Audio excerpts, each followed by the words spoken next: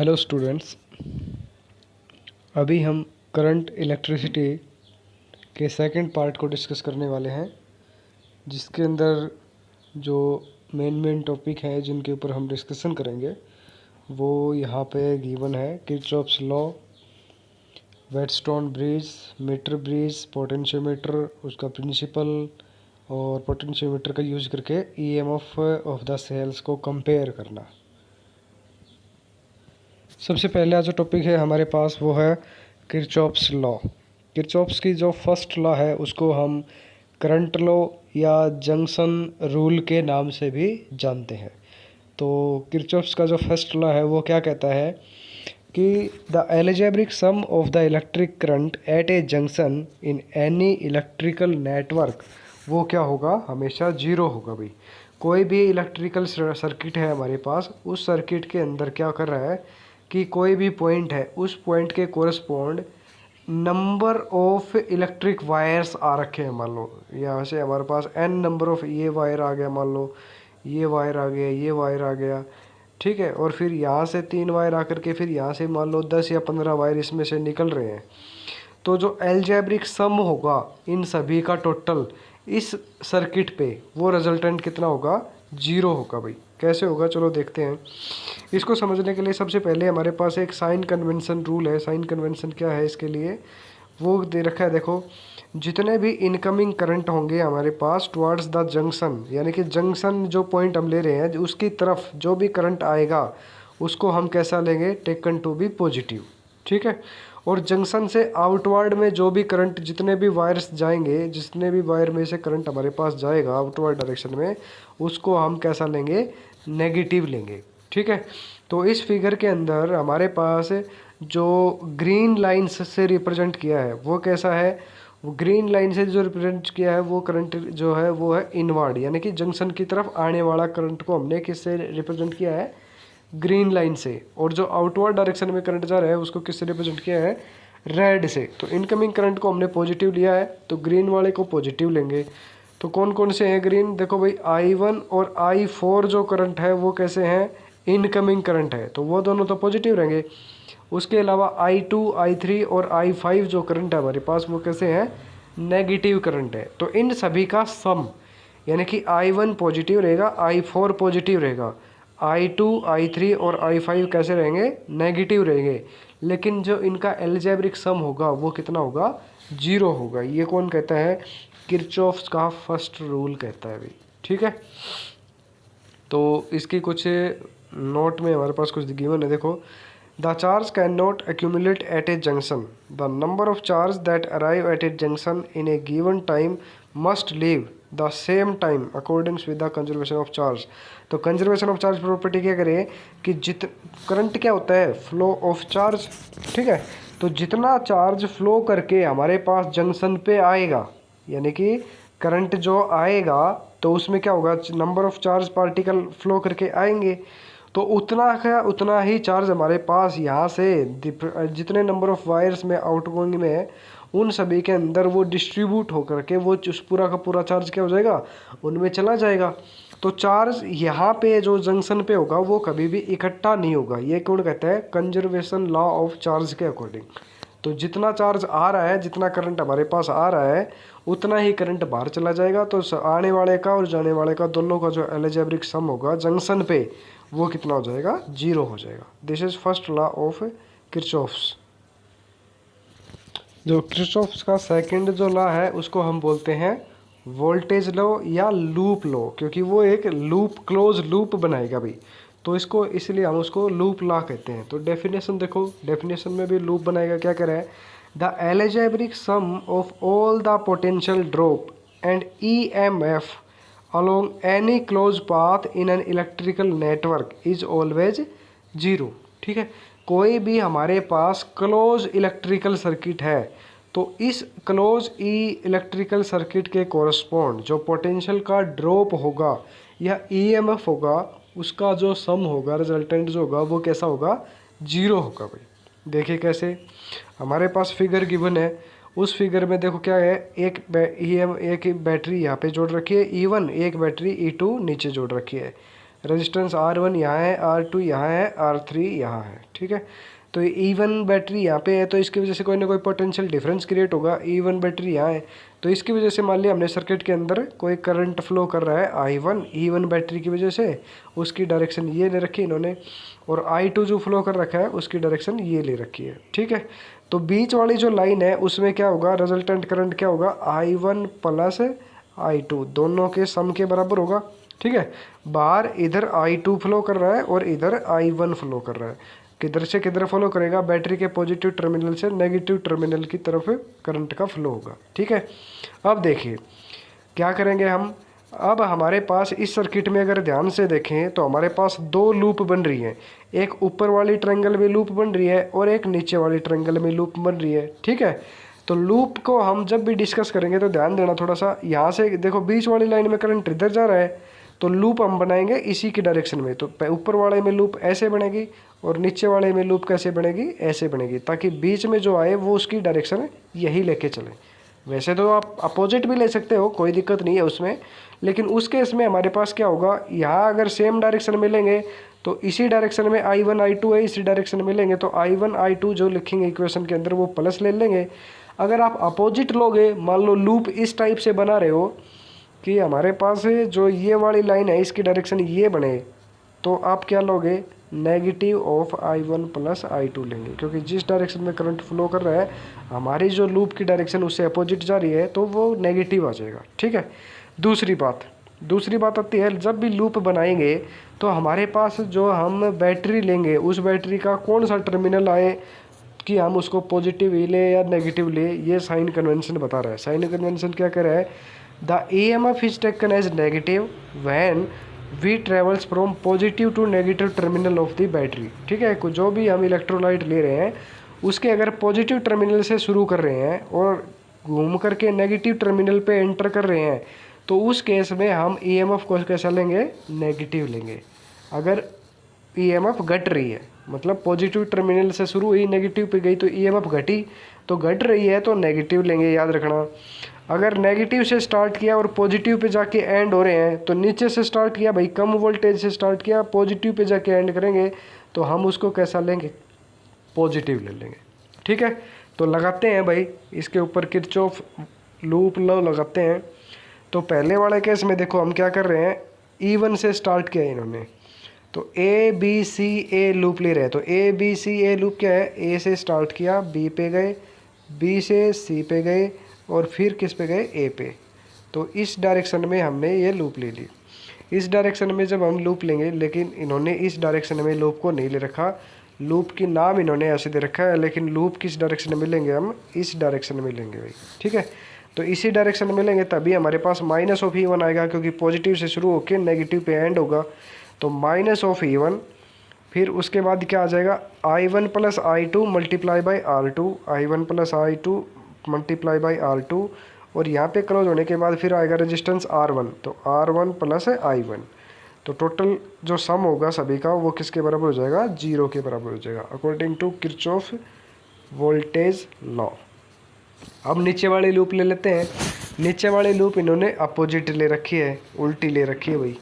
जैसे इन्होंने साइन तो ये दे रखा है, लेकिन इन्होंने ले कैसे रखा है, इसको ऐसे ले रखा है। कैसे पता चला हमें, क्योंकि I1 I2 से देखा मैंने, I1 I2 की डायरेक्शन किधर है, ऊपर से नीचे की तरफ, लेकिन इन्होंने I1 I2 को नेगेटिव ले रखा है, तो इन्होंने कैसे ले रखा है, इसको ऐसे अपोजिट ले रखा है। आप किसी भी डायरेक्शन में ले लेना भाई, उससे कोई इफेक्ट नहीं पड़ेगा, ठीक है। तो ये ध्यान, लेकिन बैटरी का टर्मिनल थोड़ा सा ध्यान रखना, बस बैटरी का टर्मिनल जो है वो आप ध्यान रखना, करंट की डायरेक्शन ध्यान रखना। तो बैटरी का टर्मिनल कहाँ है, अगर आप इनके अकॉर्डिंग ले रहे हो तो देखो बैटरी का जो टर्मिनल होगा वो कैसा होगा, नेगेटिव से स्टार्ट होगा और पॉजिटिव पे जाके ख़त्म होगा। तो बैटरी कैसी आएगी, पॉजिटिव। E2 की साइन कैसा आ रहा है, पॉजिटिव आ रहा है, ठीक है। तो यहाँ से देखो क्या हो जाएगा, minus I1 plus I2 multiply by resistance R2, I2 multiply by resistance R3 और प्लस में E2 इज इक्वल टू 0। तो ये हमारे पास सेकंड वाली लूप के लिए इक्वेशन बन गई, ठीक है। तो इस टाइप से हम कभी भी अगर किसी भी सर्किट की स्टडी करते हैं तो इस टाइप से हम क्लोज लूप बना सकते हैं, ठीक है।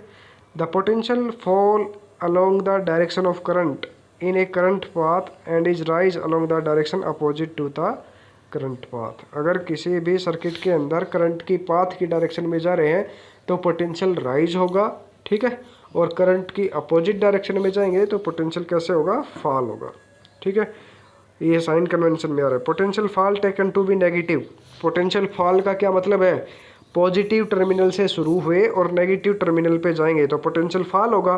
हाई से लो पे वैल्यू पे जा रहे हैं तो हाई से लो पे जाएंगे तो नेगेटिव लेंगे। Potential rise taken to be positive, negative से शुरू करें और पॉजिटिव पे एंड करें तो नेगेटिव से पॉजिटिव पे जा रहे हैं तो पोटेंशियल हाई होगा, तो उस केस में कैसा होगा, पॉजिटिव होगा भाई, ठीक है। नेक्स्ट जो टॉपिक है इस चैप्टर में, जो इम्पोर्टेंट टॉपिक माना गया है काफ़ी और बहुत बार एग्जाम में पूछा भी जाता है, इसके बेस न्यूमेरिकल भी आते हैं, वो है हमारे पास वेटस्टोन ब्रिज। तो इसमें हम डिस्कस करेंगे कि what is Wheatstone bridge and इसका condition of balancing the bridge, ठीक है। तो वेटस्टोन ब्रिज क्या है, it is an arrangement using the 4 resistor, it is use to find the unknown resistance, ठीक है। तो कोई भी हमारे पास एक अननोन रजिस्टर होगा, उस रजिस्टर की वैल्यू मान लेते हैं ये एक क्या होता है, 4 रजिस्टर का अरेंजमेंट होता है जिसके अंदर 3 रजिस्टर की वैल्यू हमें पता हो, अगर कोई एक रजिस्टर ऐसा हो जिसकी वैल्यू हमें नहीं पता हो तो उस रजिस्टर को हम इस वेटस्टोन ब्रिज के कंडीशन के अकॉर्डिंग अरेंज करके उस अननोन रेजिस्टेंस की वैल्यू कैलकुलेट कर सकते हैं, ठीक है। तो क्या होता है कि the current through the galvanometer goes 0, जो मेरे पास है जो गैल्वेनोमीटर है उसके थ्रू जो करंट होगा हमारे पास वो हम IG लेंगे, और हैंस गैल्वेनोमीटर शो ए डिफ्लेक्शन। जब भी गैल्वेनोमीटर जो होगा उसके थ्रू कोई करंट फ्लो करेगा तो वो कोई ना कोई डिफ्लेक्शन देगा, ठीक है। तो अननोन रेजिस्टेंस को फाइंड आउट करने के लिए हम क्या करेंगे, जो वैल्यू अननोन जो रेजिस्टेंस है, जो नॉन रेजिस्टेंस है P Q एंड S, उनको इस तरह से अरेंजमेंट करेंगे कि जो गैल्वेनोमीटर के थ्रू जो करंट जा रहा है IS,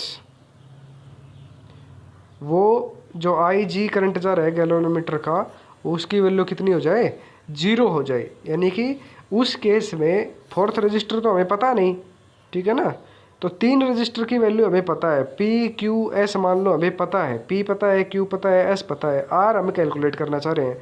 तो R को कैलकुलेट कब करेंगे, R हमने यहाँ लगा दिया। अब P Q और S को इस टाइप से अरेंज करेंगे कि ये जो गैल्वेनोमीटर है इसके थ्रू करंट की वैल्यू 0 हो जाए, तो गैल्वेनोमीटर डिफ्लेक्शन देना बंद कर दे, तो उस केस में हम ब्रिज को बैलेंस ब्रिज कहेंगे, ठीक है। तो सबसे पहले तो हमने ये किया कि गैल्वेनोमीटर डिफ्लेक्शन ना दे, इस तरह से हमने इसको अरेंज कर लिया। तो गैल्वेनोमीटर डिफ्लेक्शन नहीं देगा तो मेरे पास देखो इसमें क्या होंगे, 2 लूप बनेगी, एक ये वाली और एक इधर वाली, इस ट्रायंगल में लूप बनेगी, एक इसमें लूप बनेगी। दोनों लूप पे ऊपर किरचॉफ वोल्टेज ला या किरचॉफ वोल्टेज लूप ये ला वो लगा दो। तो लगाएंगे तो देखो पहले वाले पे क्या हो जाएगा हमारे पास, P वाले पे -(I1P), IG में करंट की वैल्यू 0 है तो यहाँ इसका कुछ होगा नहीं, तो ये क्या हो जाएगा +I - I1 × R, और पूरे क्लोज लूप बनेगी, उसका रिजल्टेंट क्या हो जाएगा 0, ठीक है। दूसरी बात चलते हैं अब दूसरी लूप पे देखते हैं। दूसरे लूप पे देखेंगे तो क्या हो जाएगा, इसको राइट हैंड साइड में ले जाओ, राइट हैंड साइड में ले जाएंगे तो I - I1 R ये नेगेटिव हो जाएगा, नेगेटिव से नेगेटिव कैंसिल आउट हो गया, क्या बन गया I1P = I - I1 of R। इसको हमने नाम दे दिया इक्वेशन फर्स्ट, ठीक है। ये इक्वेशन फर्स्ट होगी, इसको थोड़ा रख लो अपने पास। अब नेक्स्ट हम चल रहे हैं किस पे, दूसरी वाली लूप पे, BCDB ये वाली लूप है ना, इस पे चल रहे हैं दूसरी वाले पे। तो यहाँ से हमने क्या स्टार्ट किया, यहाँ Q से स्टार्ट कर दिया, तो EMF यहाँ से जा रहा है, पॉजिटिव टर्मिनल से जा रहा है, नेगेटिव पे एंड हो रहा है तो माइनस आएगा, तो -(I1Q + I - I1 of S), यहाँ पे क्या है I - I1 ऑफ S है करंट, ठीक है। तो ये वाला करंट हो जाएगा = 0 हो जाएगा। तो इसको राइट हैंड साइड में ले जाओ, राइट हैंड साइड में ले जाएंगे तो नेगेटिव आएगा, नेगेटिव से नेगेटिव कैंसिल आउट हो गया, I1Q = I - I1 of S। This is equation second, ये इक्वेशन सेकंड होगी। देखो हमारे पास ये जो टर्म आई है कहाँ से आई थी, यहाँ पे हमारे पास I करंट जा रहा था, A पॉइंट पे आने के बाद ये I करंट 2 पार्ट्स में टूटेगा, तो हमने मान लिया I1 करंट इधर चला गया, तो इधर कितना बचेगा I - I1, ठीक है। गैल्वेनोमीटर का डिफ्लेक्शन 0 है तो वही I माइनस I1 इधर जाएगा और ये ऊपर वाला I1 ही इधर आएगा, ठीक है ना। तो ये I1 I माइनस I1 कैसे है वो ध्यान रखना थोड़ा। तो ये वाली हमारे पास दो इक्वेशन आ गई भाई। पहली इक्वेशन ये है, दूसरी इक्वेशन ये है। इक्वेशन फर्स्ट को इक्वेशन 2 से डिवाइड कर दो। डिवाइड करेंगे तो क्या हो जाएगा, P by Q that is equal to R by S के बराबर हो जाएगा। This is the balance condition of Wheatstone bridge. इसी को कहते हैं वेटस्टोन प्रिंसिपल। तो P by Q is equal to R by S, जिस केस में गैल्वेनोमीटर डिफ्लेक्शन कितना देगा, 0। तो P Q और S की वैल्यू हमें पता है तो R की वैल्यू हमारे पास आ जाएगी भाई, ठीक है। R और S को आप अगर बैलेंस, जब ब्रिज बैलेंस है जिस केस में, तो आप जैसे R को इधर ले जाओ, Q को इधर ले जा सकते हो, ऐसा कुछ नहीं है। तो P by R is equal to Q by S से लिखेंगे तो वो भी उस केस में भी बैलेंस क्या रहेगा, ब्रिज बैलेंस ही रहेगा भाई, ठीक है। न्यूमेरिकल में अगर अभी कभी ऐसा है तो आप उसको भी यूज कर सकते हो, ठीक है। वही यहाँ पे रिप्रेजेंट कर रखा है क्या कि current through the arms of the applying Kirchhoff junction rule, ठीक है। इसके ऊपर जंक्शन रूल अप्लाई कर देंगे तो पहला लूप होगा वो हमारे पास ABDA हो जाएगा, ठीक है। तो यहाँ पे इन्होंने क्या ले रखा है कि यहाँ पे पहले IG को 0 नहीं मानना, इन्होंने IG को लेकर के इसकी एक इक्वेशन बना दी। तो वो क्या हो जाएगा, माइनस ऑफ I1P, फिर IG इंटू में इसका रेजिस्टेंस मान लिया G, और फिर हो जाएगा I1 plus I minus I1 multiply by R that is equal to 0। ये इक्वेशन फर्स्ट मान ली, ठीक है। दूसरे केस में हमने पास है दूसरी लूप ले ली, सेकंड वाली लूप कौन सी, ये जो है ना BCDB, ये वाली जो दूसरी लूप है ये हमने ले ली, ठीक है। तो इसको जब एक्सप्लेन करेंगे तो क्या हो जाएगा, माइनस IG इंटू क्यू, और यहाँ से क्या बनेगा I minus I1 into IG, और ये गैल्वेनोमीटर का डिफ्लेक्शन देगा IG into G is equal to 0 हो जाएगा, ठीक है। फिर इन्होंने क्या किया, ब्रिज बैलेंस कब रहेगा, जब IG की वैल्यू 0 हो जाए। तो दोनों इक्वेशन में IG की वैल्यू 0 पुट कर दो तो ये वाली टर्म 0 हो जाएगी। यहाँ पे I माइनस IG की जगह IG 0 हो जाएगा, IG 0 हो जाएगा, ये वाली टर्म खत्म हो जाएगी। फिर जो रिजल्टेंट इक्वेशन आएंगी, इक्वेशन फर्स्ट को इक्वेशन सेकंड से डिवाइड कर दो। जब ये करेंगे तो हमारे पास वही कंडीशन आएगी जो पहले आई थी, P by Q is equal to R by S. आप दोनों ही केस को डिस्कस कर सकते हो। अगर IG के लेके चलते हो तो आप बाद में आपको IG 0 पुट करना पड़ेगा, क्योंकि ब्रिज बैलेंस तभी होगा जब गैल्वेनोमीटर के थ्रू करंट की वैल्यू क्या हो जाए, 0 हो जाए, ठीक है। उसके बाद आता है हमारे पास मीटर ब्रिज। मीटर ब्रिज का भी एक मतलब वेटस्टोन ब्रिज के जैसा ही है, लेकिन इसका बस ये थोड़ा अरेंजमेंट थोड़ा सा डिफरेंट है। तो इसका भी यूज़ हम अननोन रेजिस्टेंस निकालने के लिए ही करते हैं। तो आओ देखते हैं भाई क्या करता है। Metre bridge is a device use to find the resistance of the wire using Wheatstone bridge, ठीक है। तो इसी तरह से वेटस्टोन ब्रिज की तरह से ही एक अननोन वायर है हमारे पास, और उसका रेजिस्टेंस क्या होगा उसको निकालने के लिए हम मीटर ब्रिज का यूज करते हैं। तो देखो यहाँ पे क्या करेंगे, हम एक L लेंथ, यानी कि मान लिया हमने L या 1 मीटर लेंथ का हमने कोई वायर ले लिया यहाँ पे, ठीक है। अब यहाँ पे एक अननोन जो रेजिस्टेंस निकाल रहे हैं वो कैलकुलेट लिख देंगे, और यहाँ पे कोई एक ऐसा रजिस्टर लगा दिया जिसकी वैल्यू हमें पता है, ठीक है। और इन दोनों के बीच में एक गैल्वेनोमीटर की एक मतलब वायर जोड़ दिया, जिसके साथ में जॉकी यानी कि एक नुकीली तार के साथ में बीच में एक गैल्वेनोमीटर जोड़ दिया। अब इस जो 1 मीटर लेंथ का हमारे पास वायर है, उस लेंथ पे हम क्या करेंगे, देखो यहाँ जो एंड पॉइंट है A, यहाँ से इस नुकीले सिरे को खिसकाना शुरू करेंगे, इस वायर को टच करते हुए धीरे धीरे धीरे धीरे धीरे धीरे धीरे इसको राइट हैंड साइड में खिसकाते हुए ले जाएंगे, और उस पॉइंट पे ले जाके रोक देंगे, जिस पॉइंट पे जाने के बाद गैल्वेनोमीटर क्या करे, गैल्वेनोमीटर का डिफ्लेक्शन 0 हो जाए। तो हमने मान लिया कि जिस पॉइंट पे जाने के बाद गैल्वेनोमीटर का डिफ्लेक्शन 0 होगा, उस केस में लेफ्ट हैंड साइड की जो वायर है उसकी लेंथ L है। तो ये टोटल लेंथ कितनी थी, 1 मीटर, मतलब 100 सेंटीमीटर थी।